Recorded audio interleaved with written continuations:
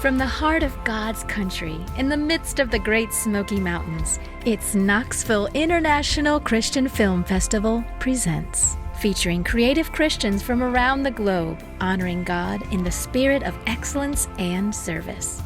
Now, your host, Rob Ekno.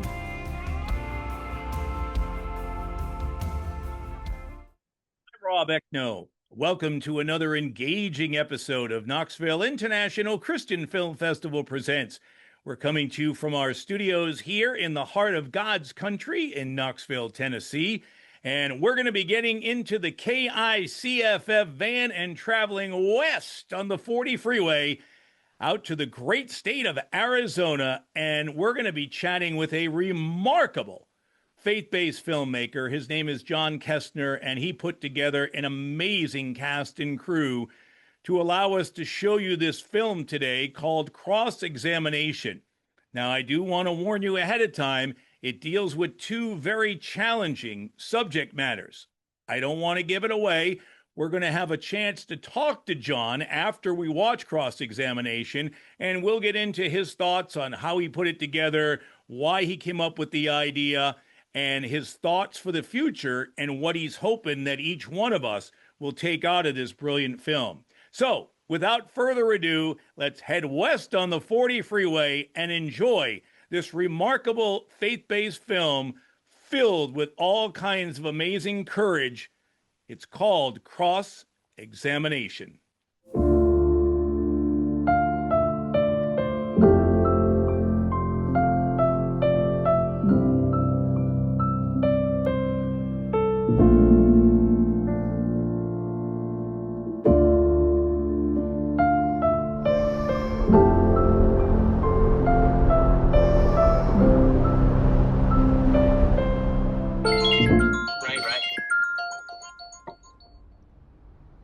Hello? Where are you at?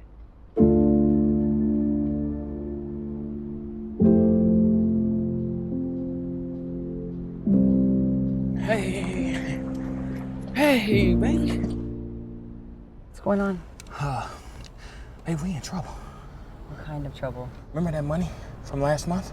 I gotta make good on that. I don't have any money. There's something else that you can do that'll... You can't be serious. With him? Yeah, him and his crew. What? Ray. They ain't letting us go. Can't just do this one thing.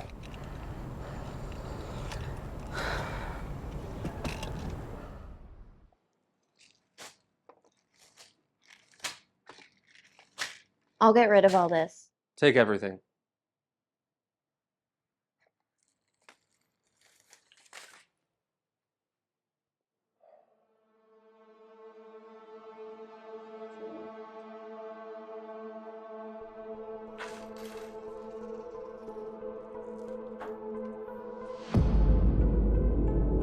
I like mine with their hair down.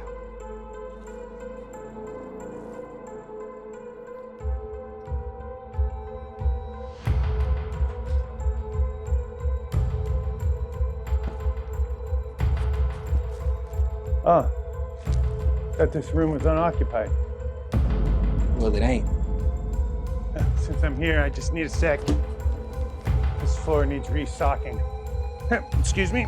Excuse me. Yep. Thank you. If you need any new towels or soap, shampoos, things like that, just let me know. I'm here for you.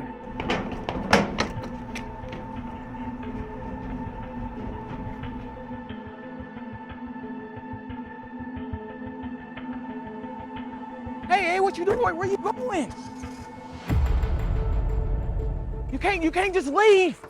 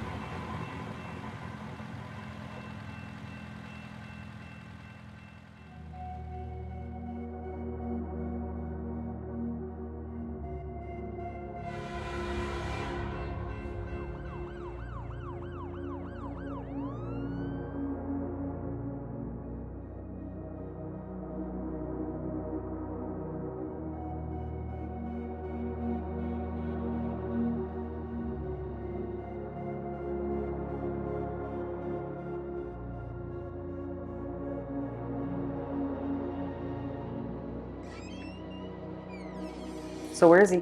I'll drive. You're in trouble. I'm always in trouble.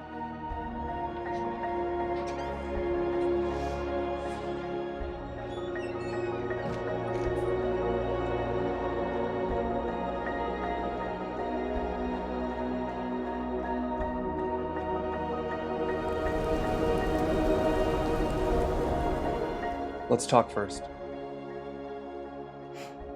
You're all religious now? That's different. He's been here, so we don't have to go anywhere. You took him in? He didn't have anywhere else to go. Wait. You didn't save him, did you? After what he did to me? Jilly, it's not like that. Then tell me. Did you expunge his record? Did you really think that you could save him? Did you think that you could just sneak him into heaven? Because all I've ever wanted is to see that man go to hell. I was just a kid, Jilly. Okay, my entire puberty was figuring out what had happened to you, what he had done to you. You'd run away before I was old enough to ever do anything about it. I was lucky, I just got the regular beatings. Did you know that when we lived up north, I'd actually go wait at the bus stop to go to school? It didn't matter the time, it didn't matter the day, just wanted to be anywhere else. Remember when the police found me and took me to the hospital? Do you know what he did to me when we got home? He beat me for getting hypothermia. I didn't say a word. And I've never felt anything since then. So then answer me, Bobby. Did you save him? I can't do that. It's not up to me. Then where is he? What? Bobby, where is he? Wait.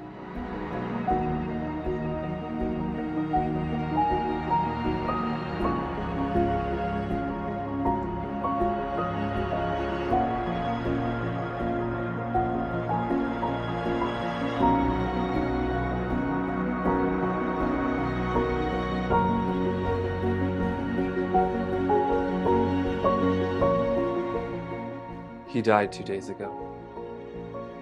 Why did you do this? If I told you he died, you wouldn't have come. But you still lied to me, Bobby. I didn't lie to you. I didn't tell you everything. His stroke left him unable to speak. He spent the last 6 months crying. Just stop.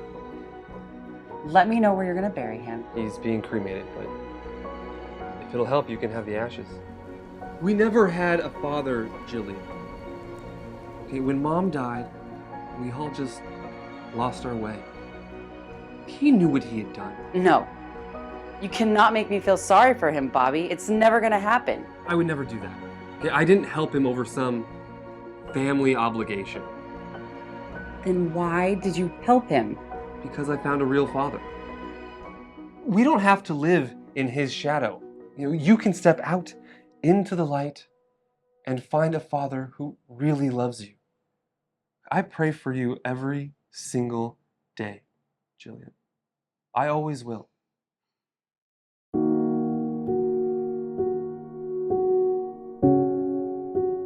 Jilly.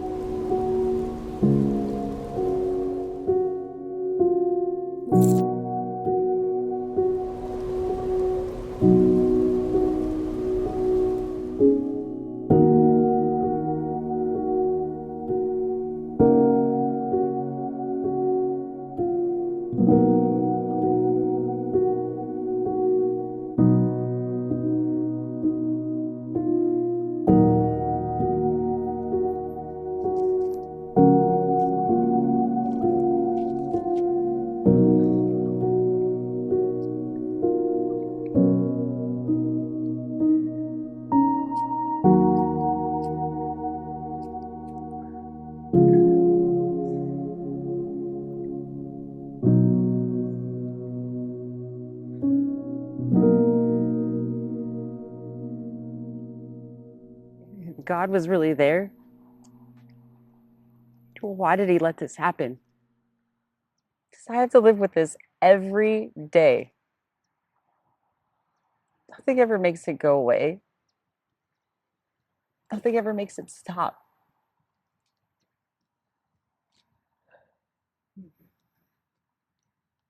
I don't know why some things happen to you or me or anyone else. Okay? But I do know this. There is a God, and He loves you, and He'll be there for you. He got you this far. But Bobby, do you even know where I've been or the things that I've done? No, I don't know. But He does. Okay? And I know He'll forgive you. The question is, can you forgive yourself? Look, I know that you've never done this before. Okay? But can you love yourself through the eyes of a Father that loves you? He can take away your pain and tell a beautiful story about how He healed you. Or you can just keep it all for yourself. I love you, Jilly. I pray for you every day. I always have. Remember, you didn't get this far on your own.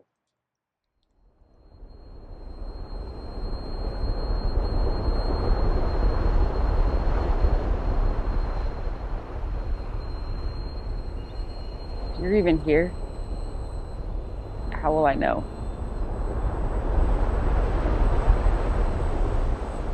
How could you love me?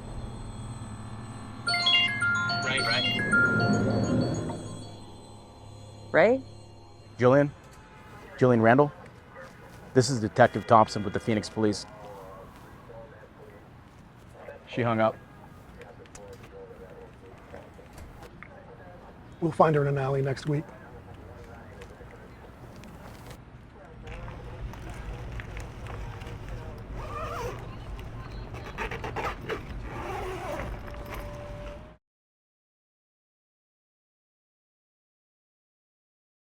I pray for you every day. I always have. Remember, you didn't get this far on your own.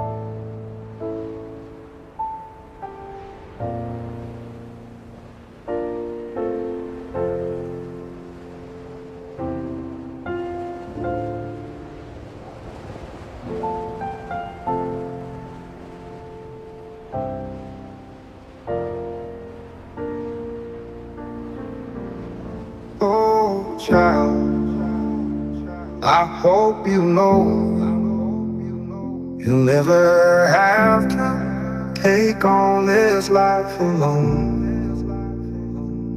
Oh, child, I'll help you grow into a burning flame in this world so cold.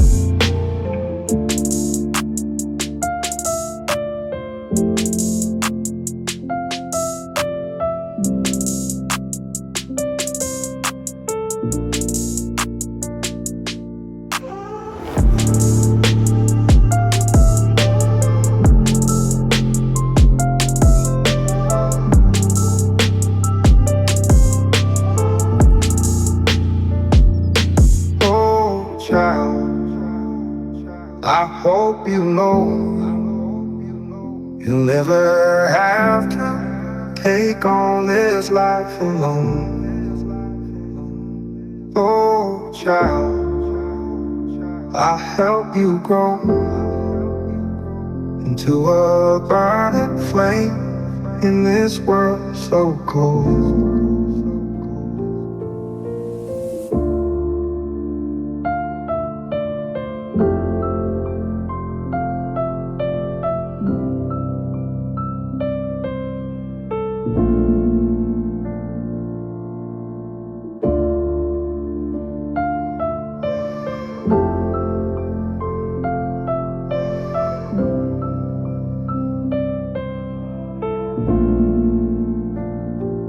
Oh, child.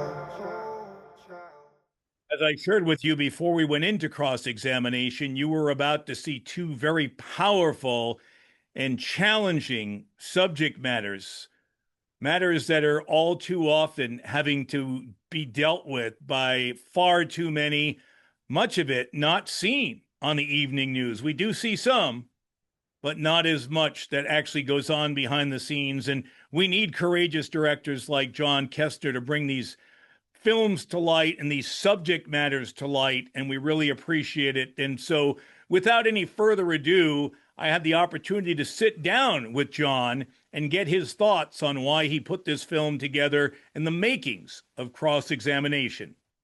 I know you might have a different perspective from how you put this all together. For me, I've been in recovery over 32 years, and the story you just told of the young child having things done that parents shouldn't do, and then the child, because of that, grows up in pain, misery, suffering, whatever you want to call it, and then makes choices themselves that aren't the greatest choices and puts them in not the greatest positions.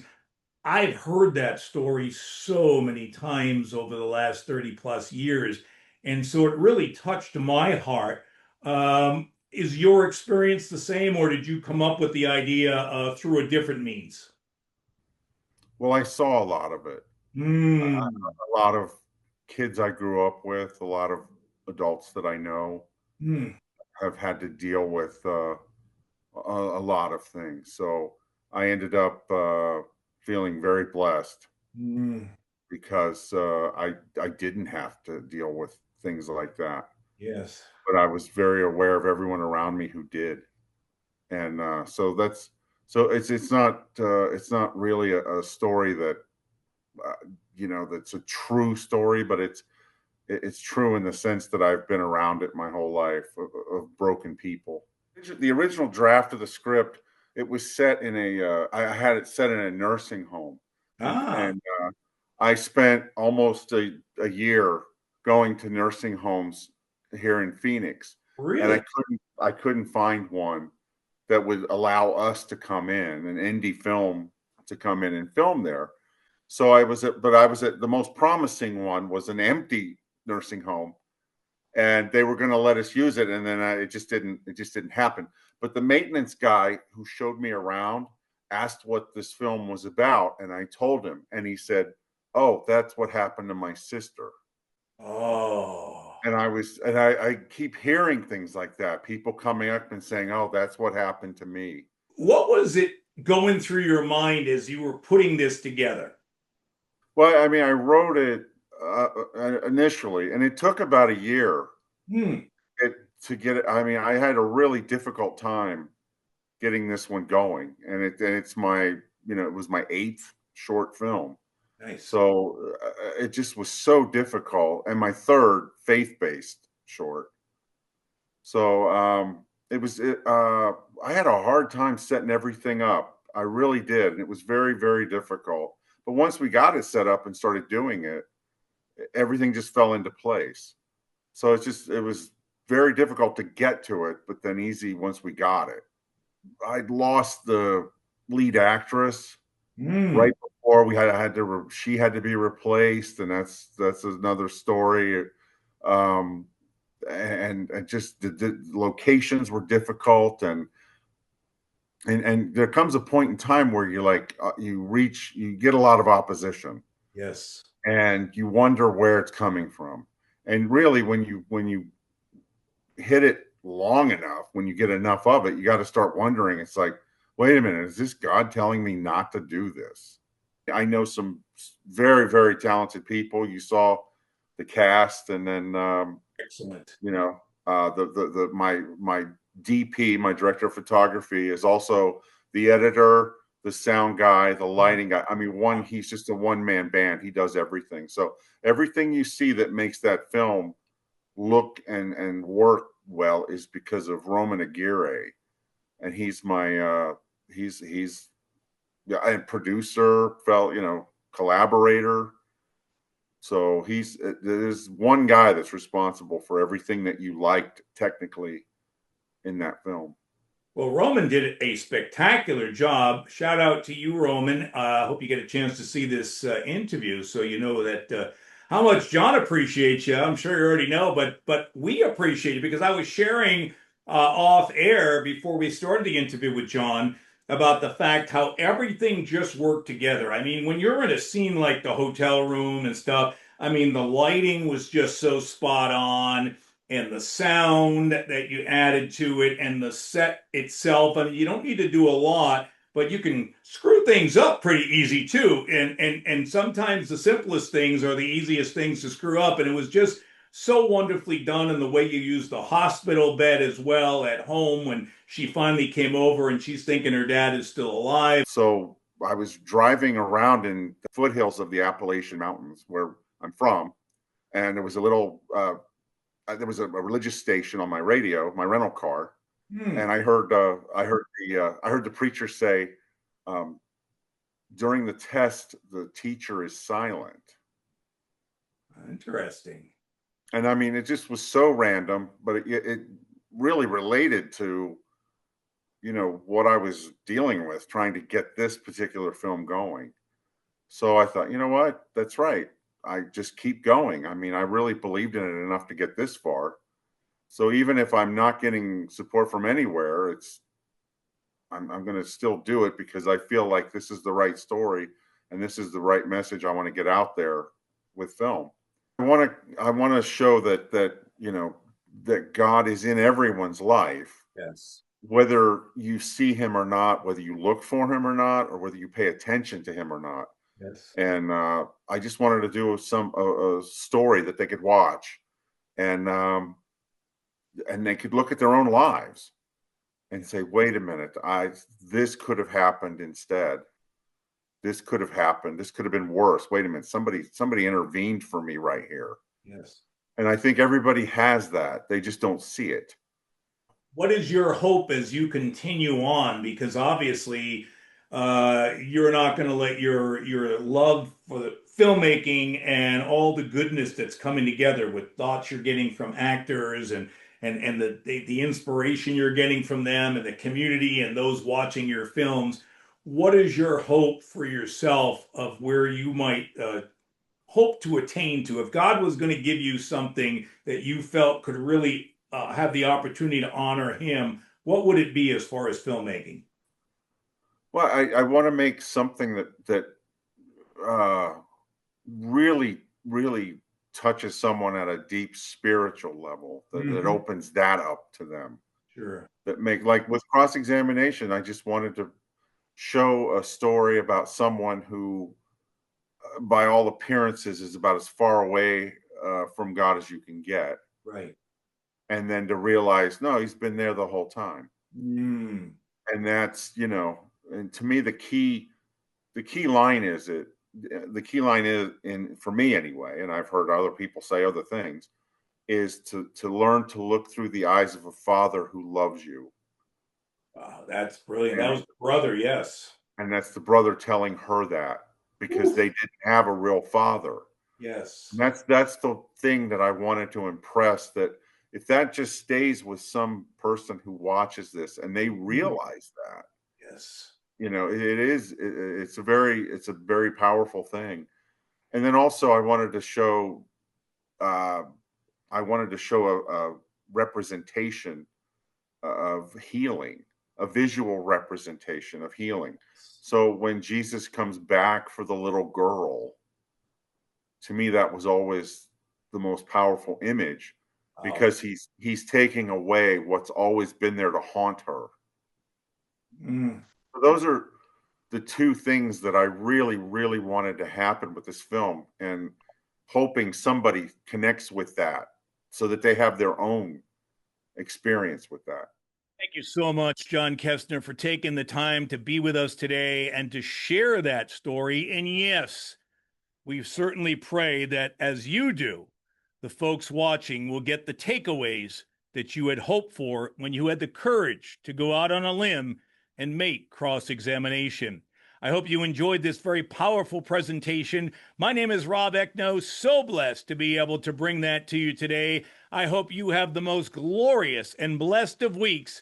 I'll see you again, same time, same place, next week here on Knoxville International Christian Film Festival Presents.